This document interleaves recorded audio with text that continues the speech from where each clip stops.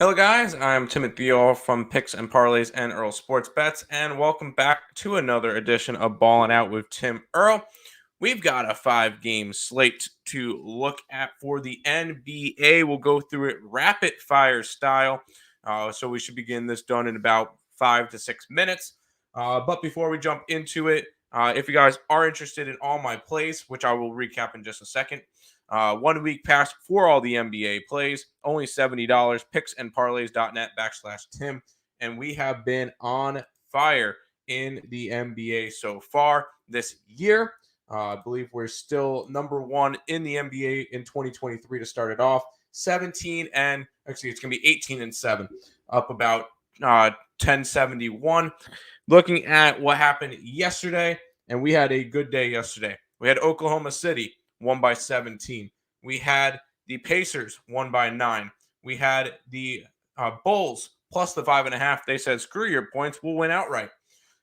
We had the under in the Hornets game. I will say I did not expect the Hornets to score 138 points. That one was one of my two losers, because the other loser was the Clippers. But to be fair, I did not expect Kawhi Leonard and Paul George to sit after they played 14 and 16 minutes. My other two plays, which were my two best bets, both of them cashing. The Spurs, minus 1.5, or I actually had a money line on the site, minus 115, was a winner there. And Miami, minus 1.5, was also a winner there. We ended up going 1, 2, 3, 4, 5, and 2 on the site out of our 7 plays. So really happy with that. Once again, if you guys are interested in that, week past $70. Let's go ahead and jump into today's slate, which I'm not a huge fan of. I will say that I'm not a huge fan of today's slate. We'll start off Celtics 13-point favorites against the Spurs. 234.5 is the total in this one.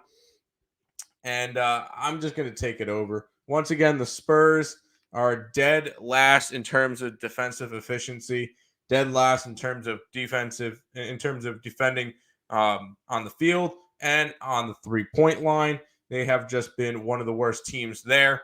And Boston is one of your highest scoring teams. Sorry, they are your highest scoring team right now, coming off of their massive bounce back win against Dallas. I don't really have an idea on the side. I would obviously have to lean Spurs just because I'm not laying 13 points. But I'm going to go ahead and look at the over in that one. Bulls and the Jazz, our best bet's going to be on the total in this game. But you do get the Bulls, who are 1.5 point favorites, with a total of 235.5. And I'm going to look towards the Bulls. I know they're on a second leg of a back-to-back. I just don't trust the Jazz on the road. 8 and 14. I would normally say look at their covering spread. They're 12 and 10 covering wise on the road. It doesn't matter when the game's a pick 'em, essentially. They are 8 and 14 on the road. Not a good road team. I would lean Bulls, but my best bet is on the total in that game. We'll go ahead over to New Orleans and Dallas. Dallas is a 7-point favorite. 226 is the total in this one. New Orleans coming off of they're on a second leg of a back-to-back when they lost 108-102 last night against the Nets. Today, they go up against Dallas. And when it came to this one, I wasn't laying 7 points on Dallas. I'm not interested in the Pelicans. I'm going to take this game under. I think the Pelicans come out a little bit slower, a little bit more tired from a hard-fought game against the Nets.